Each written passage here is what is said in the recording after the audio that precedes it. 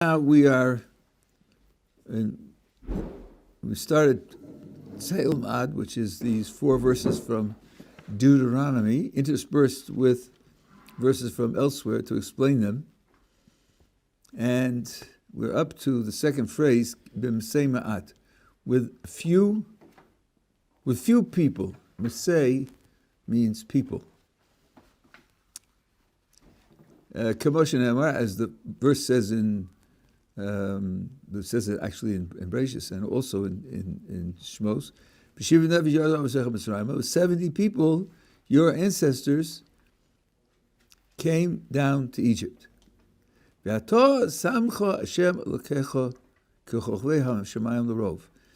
now Hashem has put you in a position of like the stars of the heavens for multitude.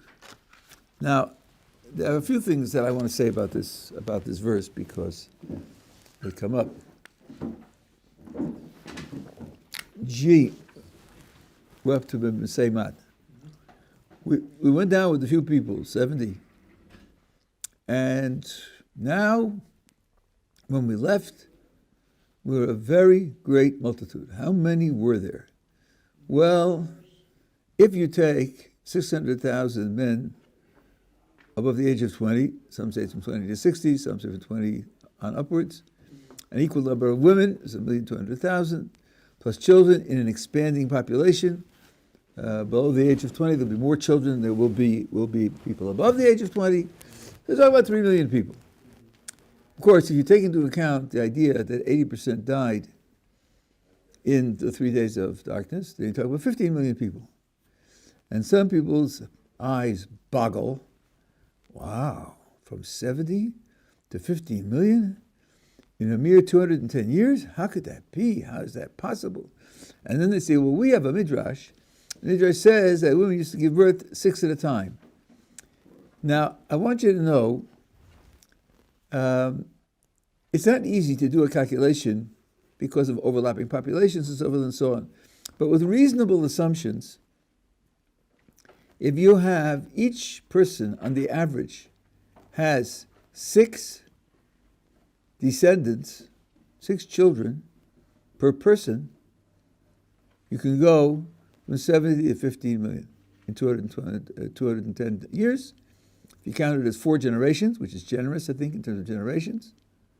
I'm sorry, you count it as 7 generations, 30 years per generation, which in reproductive terms, period of a woman's lifetime is basically from 20 to 40. 12 children per family?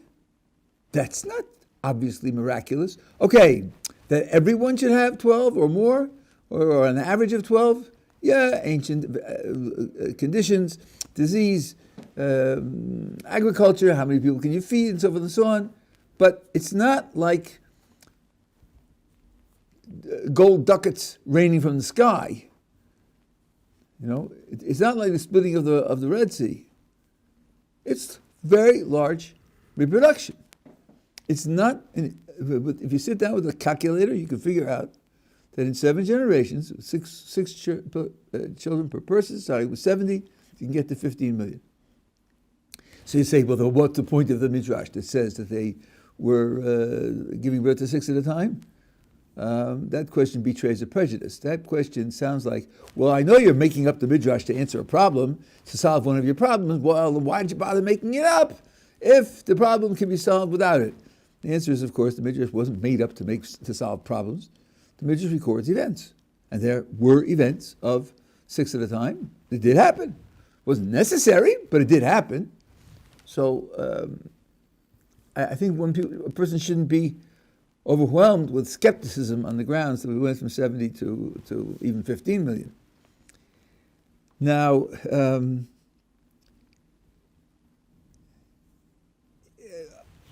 there are various places in Genesis where God promises the patriarchs that the children will multiply and become a vast number. And some places it says that you'll be like the stars of the heavens. And out come the really ultra-modern, up-to-date, who tell you that according to the latest estimate there are 10 to the 22 stars. That's a 1 with 22 zeros. And of course, the Jewish people not only never were that many, but they certainly won't be that many. If you had that many people, the planet couldn't support them. There wouldn't be room for them to step down on the planet. So, isn't that just a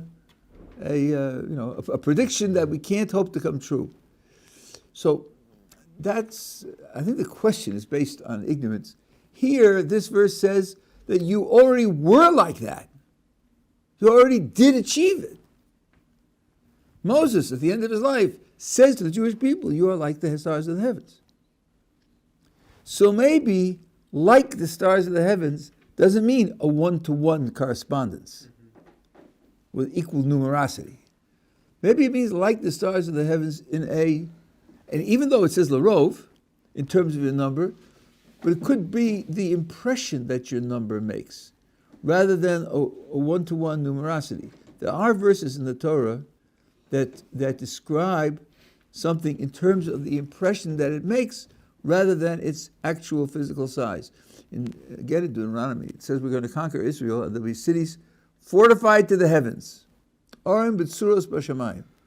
That does not mean that they're going to have walls infinitely high, or even 100 miles high, to get out of the lower atmosphere. No, that's not what it means. It means that when you look at them, you'll think this is impossible. It's just unconquerable. Human beings can't conquer a city like that. So, from your point of view, they might just as well be infinitely high. They just can't overwhelm them. That's the impression that they make, even though the literal description is infinitely high. The stars are, number one, out of reach. That means that they're untouchable. They can't be injured or damaged in any way. Number two, they're breathtakingly inspiring and beautiful. If you've never been in a place where there's no light pollution, so you could actually see the stars, it's awesome. Absolutely awesome. And they are, strictly speaking, uncountable. And the reason they're uncountable is because, let's say you take a look at the Milky Way, and you start to count. 1, 2, 3, 4. But then it gets very hard to keep track of the ones you've already counted. You can't check them off, you see, and they're packed very closely together. It's like, you can't get a number for it. It's too difficult to deal with. So here, you're thinking of the Jewish people being so many that they inspire awe, that they seem to be invulnerable, that counting them, maybe because there are so many in different places, or they're in constant motion, it's very difficult to get an absolute number for them. It's that kind of feeling, I think, rather than thinking of it in modern terms. By the way, when in the 7 years of plenty, they store up the grain, it says they stopped counting the grain, Chalu lispor ki ein mispar, because they ran out of numbers. They stopped counting because they ran out of numbers. So if you don't know any history, you think, what do you mean? Numbers go on infinitely. Well, they didn't always. This was invented, I think, in China first, and then it was used by the Muslim scientists. We have a zero, and we use the order of the numbers to get bigger and bigger numbers, but it didn't used to be that way. You have Roman numerals, right? You have an I, and then you have a V, and then you have an X, and then you have an M, and then you have a C, that gets you up to 100. And then there's a 500, and there's 1,000, and that's it. End of story. You can stack them up, but when you get to 10 of them, there's no million, there's no billion. There's just there's more and more of those letters. Chadlu lispor ki ein mispar, because there aren't any numbers left. So you're talking about a situation where you ran out of numbers and then you stopped counting things. So I think that's a better understanding of what it means to be like the stars, eyes of the heavens, not to use the modern counting system to put a false meaning on the prediction and then say the prediction didn't come true or the description wasn't true. Then it says, Vayisham l'goy. We became there a goy. Now the word goy, like the word gviah, stands for human body. A body is a thing that has its own boundaries, its own contours, its own shape, and its own individuality. And at its boundaries, you then start counting other stuff. It's not like, let's say, the west end of the lake, because there's no boundary. It runs into the middle of the lake, which runs into the east end of the lake. But a brick or a grasshopper or a leaf, it's not like a cloud. Clouds intermingle and usually arbitrary where this cloud ends, where that cloud starts. But bricks aren't like that, and grasshoppers aren't like that. We became, as a group of people, a distinct group, a distinct identifiable group, ethnically, religiously, in terms of our lineage. Before that, we were too small to be called a group at all. We were just a few individuals. And we achieved a separate identity there. Now, that's not the same as being a nation. That's not even the same necessarily as being a people. A people is a positive description of character, values, and the history, and goals, and certain ways of interacting with one another, but we were different. We were separated and different, and that's what the verse describes. They stood out. Gottleib Otzum. Gottleib is mighty, Otzum is powerful. It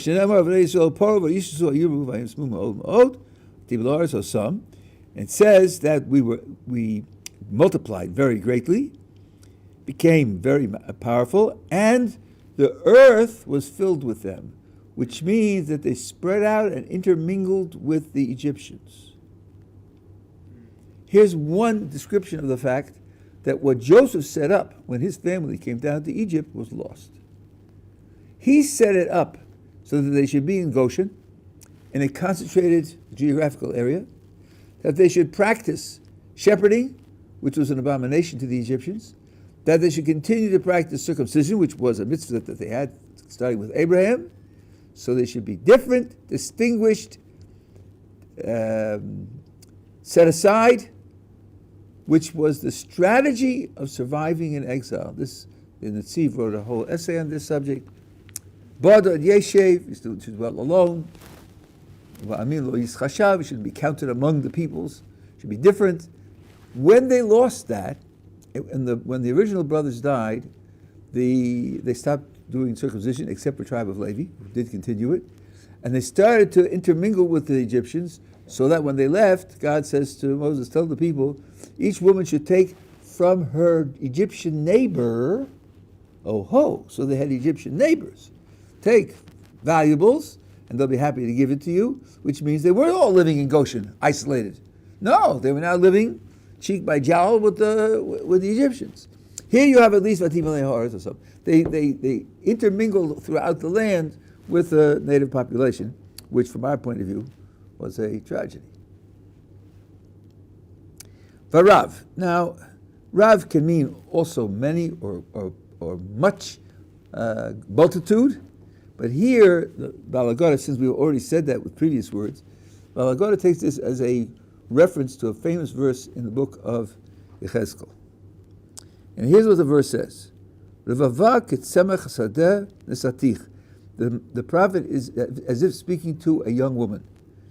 And he says, I made you like the growth of the field, that means the grassy growth of the field, revava, much, rich, full, multitude, vatirbi, and you grew, there's the Rav, and the revava is there also, vatigdali, and you matured, vatavoi ba'adi adayim, you came to a certain period of maturity in your development, shadayim nochonu, your breasts were formed, usa'arech tzimeach, your hair was plentiful, va'at Arom ve'eria, and you were utterly naked. This is the picture that the Navi gives us of this woman who is a symbol of the Jewish people, and it's a symbol of the Jewish people in Egypt. You grew, you became many, you had an identity there, but you were as if you were utterly naked. Why? Because you didn't have mitzvos. And mitzvos function in a certain sense as a kind of clothing. Now, what does clothing do? In addition to protecting one's privacy, But clothing is a way you present yourself to others. Why do you care about your clothing? One reason is because if somebody sees you and doesn't know you, the first thing he registers are your clothes. And by the clothes that you wear, he registers something about you. Your economic status, your care for aesthetics, your identification with certain social classes, sometimes even your religious identification. The way in which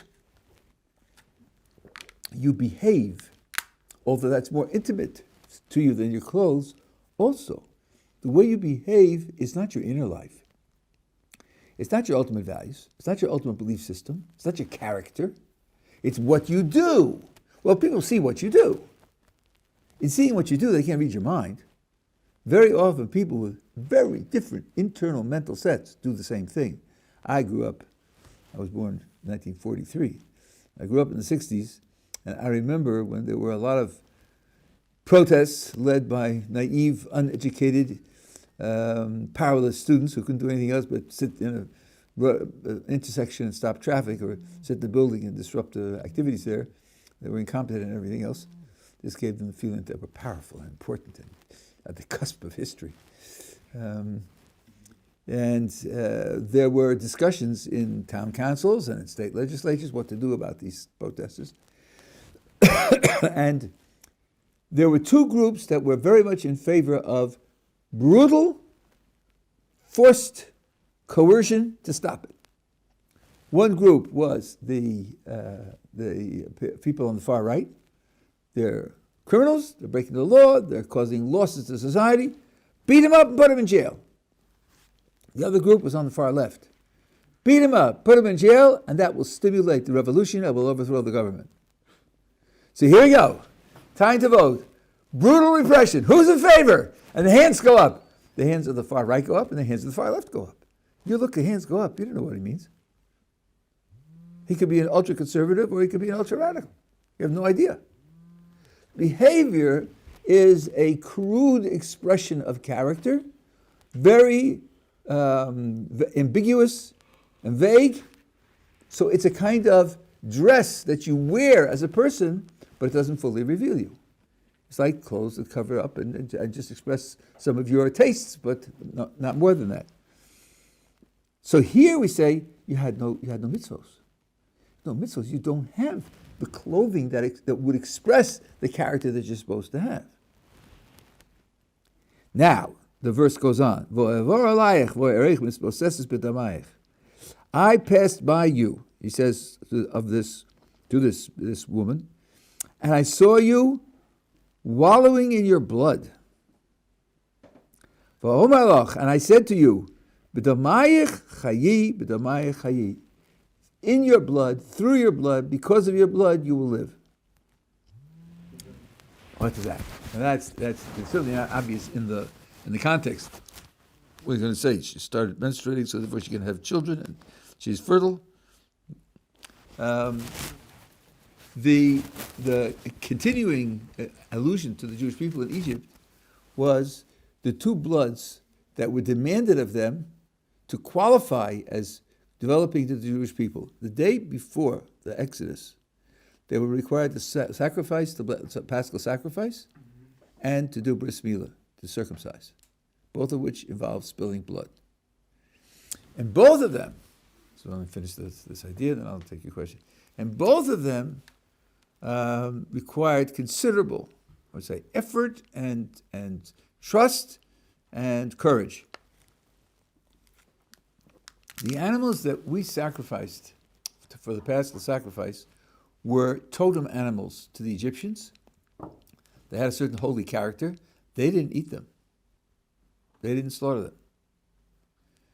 Indeed, when Pharaoh says to Moses, you want to offer sacrifices to serve your God? What do you have to go into the wilderness for? Do it here in Egypt. Moses says to him, and won't the Egyptians stone us? We're slaughtering their totem gods, part of their religion. They're going to stone us. Okay, now, God says to Moses, tell them, take the animal, tie it to the bedpost 4 days before, and when the Egyptians ask you, what are you doing with that animal? Well, in 4 days, we're slaughtering it to serve our God. In your face! And show that you're not afraid. Show that you're not afraid. You don't care what they think, what they think, because you'll be protected. That wasn't easy. It wasn't easy. Moses himself said to Pharaoh, won't they stone us? That's one thing. The other thing is circumcision. Not only is it painful, and without divine protection it can be dangerous, but for adults especially, but it sets you apart physically from other people. And there, people will read bad motivation into your action.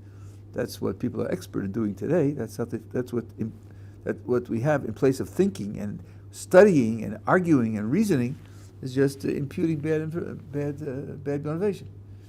That you think you're better than everybody else. You think you're superior to everybody else. Okay, so think so. So what? Those two bloods, the blood of the circumcision and the blood of the paschal sacrifice, were the introduction. That's what we did in the afternoon of the 14th. Well, the bris milah could be in the morning, and the paschal sacrifice was in the afternoon. Those two bloods were spilling, and that was our qualification for going through the Seder at night and leaving the following morning, leaving Egypt. So he saw her with her blood, and he said, this blood will give you life. With this blood, you'll have life. That's the symbolism in this verse. Yeah. I was just wondering, I read it in the Shabbat today. I don't know what is quoted what the Rabbi just said that they were slaughtering the tied it to their bedposts as a midrash. Yeah, it's a midrash. So it says in the Mishabura further that the Egyptians couldn't react to them. They couldn't say anything. I was wondering. Because what? They couldn't say anything. They were like, I don't know what it meant. That's what I haven't read the Mishnah Berurah, but in this particular case, but I think that it's a little bit like what it said about Mordechai in the Megillah. Mordechai was very great, and the fear of him fell on all the peoples, and they saw the Jews were in ascendancy. The Midrash records that when Moses' last appearance before Pharaoh said there's going to be the death of the firstborn, that caused a civil war. Because the firstborn said, we don't want to die. Let's let them go, Pharaoh. We've had enough. 9 plagues already. Every one of them came true, exactly the way it was predicted. The next one, we're going to die. Now the army put it down. But the people themselves were like stuck. So that could be what he's talking about. It's just the awe and the fear of the Jewish people was very powerful. wow. You wanted to ask something? Yes. Why weren't the Jews circumcised? Because they stopped doing it. Because you remember they were there for 210 years after the brothers died. Little by little, they lost those traditions. As I said, they didn't anymore live in isolation, which they should have done. Beyond that, to explain why, I don't know what more to say. How did the Egyptians know that they were circumcised? How did the Egyptians know It that? sets them apart from them. I mean, they were there for a long time, right? And they were there as the nobility of the whole land, right? They were the relatives of Joseph. So I'm sure that for decades they. Yeah, I'm sure for decades. Indeed, when the daughter of Pharaoh sees Moses in the basket, it says "Miyaldei Ivrim zeh." This one is one of the Hebrew children. One of the commentaries says she opened up the cloth and she saw that he was circumcised. Said, "Oh, so it's a Jewish child." So it could be that it was common knowledge. Okay. Next. Oh, this verse is really very tricky. Yareu osanu. I'm going to read it literally without explaining it. They eviled us. Hamitzrim, the Egyptians. Ve'anunu, and they made us deprived. V'yetnu aleinu avodah kasha. They put upon us very difficult labor. Now, the commentators point out that this verb is beautifully ambiguous. Vayareo could mean they did evil to us. It could mean, and it certainly is true, the rest of the verse confirms that. But it also could mean they made us evil. They eviled us. And I forget where I saw this, but one wants to put the two together. How did they have the leverage to punish us in such a vicious way? Only because we abandoned the things that were protecting us. They influenced us to become evil. Now, the word influence in our vocabulary does not mean to say that we put the responsibility on them. They put pressure on us. Okay, it was our job to resist the pressure. The fact that they put pressure on us doesn't excuse the fact that we failed. But it was through their pressure that we became evil, and because we became evil, they had the leverage then to do evil to us. So you can read both meanings into the word, and they support one another. As it says in the verse, now, this verse needs a lot of study. Hava nischak malo, Pharaoh is speaking to his people, his advisors. Let's be wise with respect to the Jewish people. Pen yirbeh, lest it become numerous. V'ayaki sekrena milchama, and if there will be a war, v'nosav gamhu al tzonenu, he'll be like a fifth column. The Jews will join the enemies, v'nilcham banu, and they will do war against us. V'alam ha'aretz, and they'll leave the land. Now, this verse it needs a lot of thought. Let's see. He's worried that maybe they'll become numerous. Of course, the Torah says before that they already became numerous, but I guess he means more numerous. Now, there'll be a war, they'll join our enemies. Why should they do that? And then they'll make war, they'll leave the land. Why do you think they would be wanting to join the enemies and leave the land? Maybe you'll think, well, they're slaves, and slaves suffer, and it's not a pleasant life. So if this is an opportunity, maybe, to get freedom, they'll join the enemies, and the Egyptians will be defeated, and then they'll leave the land so as to escape. There are two absolute refutations to that. First of all, this verse is written before they were slaves. This was the way in which Pharaoh convinced his people of the plan to make them into slaves. So they aren't slaves yet. That's number one. And number two, if you think that they would join the enemies and there'll be a war and the Egyptians will be defeated, why would you think that they would leave? Why wouldn't you think they would take over? Egypt was a very rich society. The Nile overflowed every year, and it was a breadbasket full of fertility, and they could sell their agricultural goods to other nations. They were rich and powerful. Why would you think they would leave rather than take over? So this verse needs some work. Now Rashi says about the last part, you find in various verses in the Tanakh a sensitivity. If you are worried that something is going to happen to you, and you are discussing it, perhaps proposing to take measures to deal with it, when you come to describe it, you don't say, maybe this will happen to me. That's too brutal and insensitive way to talk. You say, maybe it'll happen to my enemies. There are places where the Torah says this will happen to the enemies of the Jews, and what it means is it'll happen to the Jews. But the verse doesn't say it that way.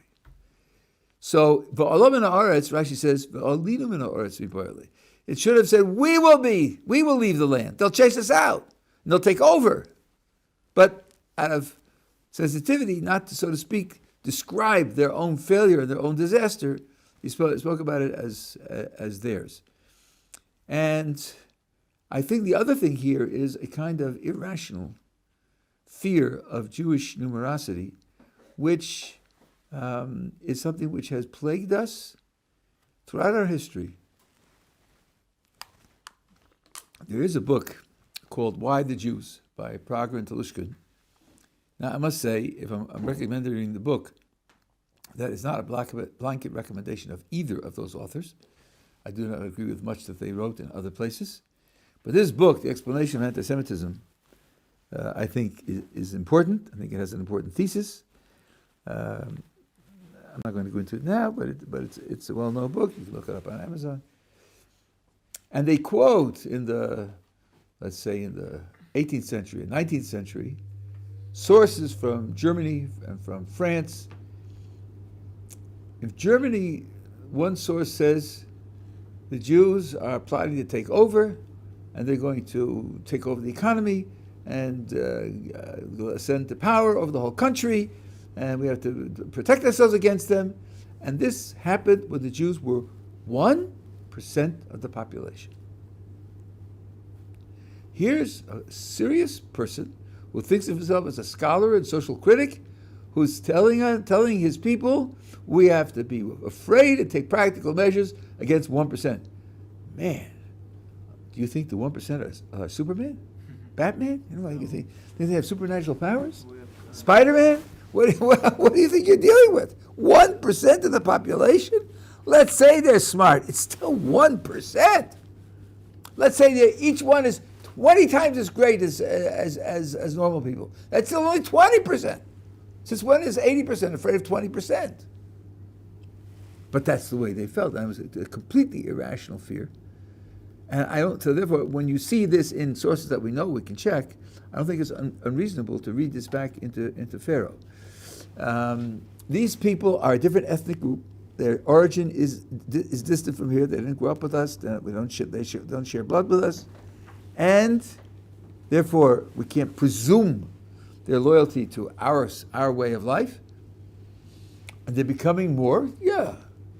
I mean, even if their rate of growth is exponential, if you go from 10 to 100 to 1,000 to 10,000 in a country of 2 million, it's still a negligible minority. So you're not talking about or 1 million or 500,000. I don't know what the actual population was, and neither do the historians know. I checked it out once. They don't agree, and the reasons that they give for citing the population are paper thin. You can see right through them. They really don't know what they're talking about. Yeah.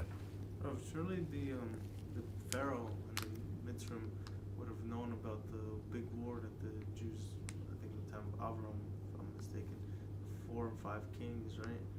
I'm sure they had some historical background, so maybe they were scared because of that. Wow, these Jews, they have some power on their side. They don't know what it was. They just...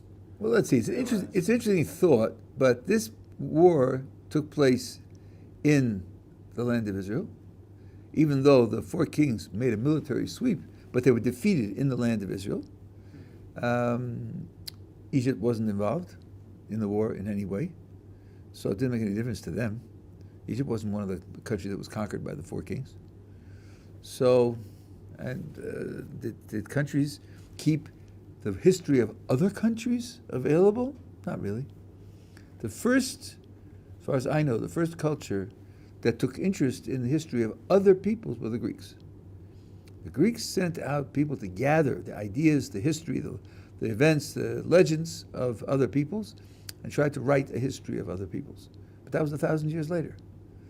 At this time, they kept some records of their own experiences, and that was all. I figured this was a big war, like a world war.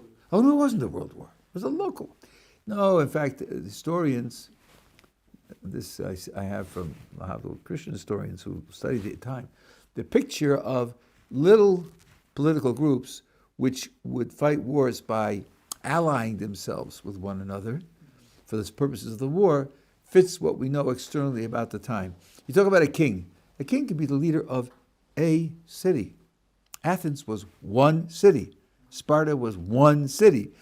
They had a king, and they had an army, and they fought wars, and some were more zealous. But we're not talking about someone who has 1,000 miles by 1,000 miles of land, and it's like an empire and so forth and so on. This period of time didn't have that. So it was a consortium of 4 against 5 in a local sweep, and Abraham defeated them very quickly, one night, miraculously. But that was hundreds of years before. Hundreds of years before, and it wasn't part of their history. It didn't affect them, so I wouldn't expect them to know about it.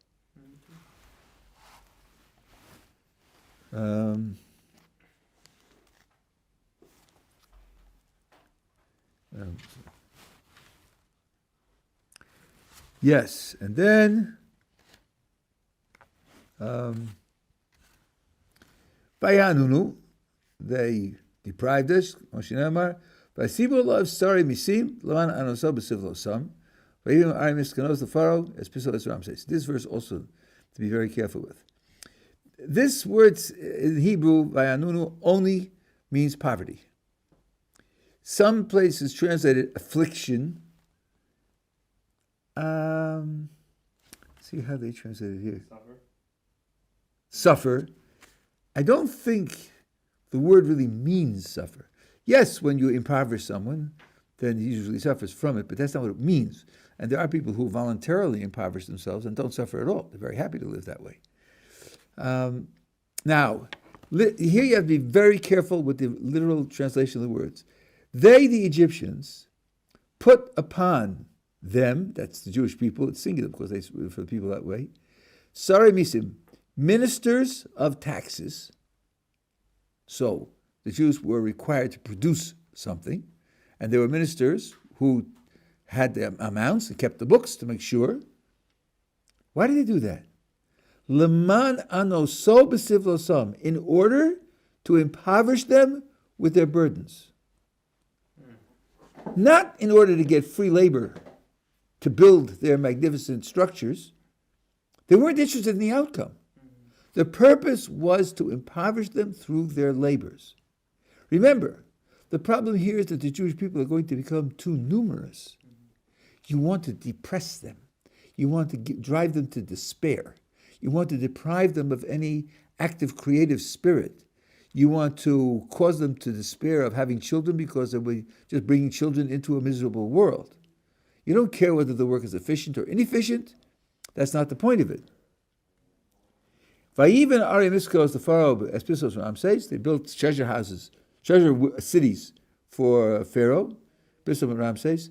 And there's something which is very obvious, but I get it all the time. Hey, Rabbi, you think the Jews built the pyramids? We know they didn't, so your Torah is wrong. Yeah, but the Torah doesn't say anything about pyramids. It talks about treasure cities. Pyramids are not treasure cities. They're not places where people live and you store up like Fort Knox. That's not what they were. They were burial places for the upper-ups, pharaohs and other upper-ups, and nobody lived there. So they did this as part of the burdens that they put on them. And this, I think, is where the Midrash is very insightful. The Midrash says that Pharaoh engineered that men should do women's work and women should do men's work. Now, if you thought the purpose of the slavery was free labor for Pharaoh, that he should be able to create cheaply the kinds of structures that he wanted, it is idiocy to have people do work for which they're not trained, they're not skilled in, so they're clumsy and have very low productivity. No, he did it in order to depress them and to cause them to despair.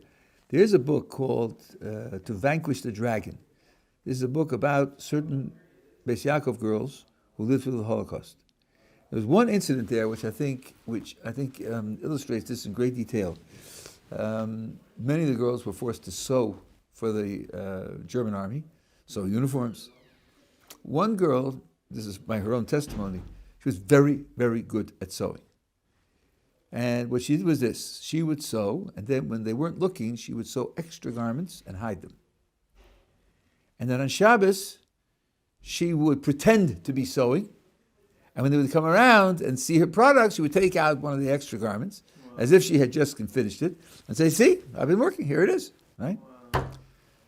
And she writes this with pride. She said, "My work was good, so that since they were always satisfied with the quality of my work, they didn't suspect me." Pharaoh said, "We don't do it that way. We don't have you do things that you're proud of, that you're good at, that you feel a satisfaction, at least I did a good job. No, we had you do something which you felt bad about, felt clumsy about, and you had no satisfaction in it, because the purpose of this labor was to break your spirit, was not to get free labor." So in that respect, the Pharaoh was more sophisticated than the Germans. and they had a clear goal. The Midrash brings that out. To make them feel impoverished, to make them feel they have nothing. Many people, when they feel they have nothing, also feel that they are nothing. That was the goal.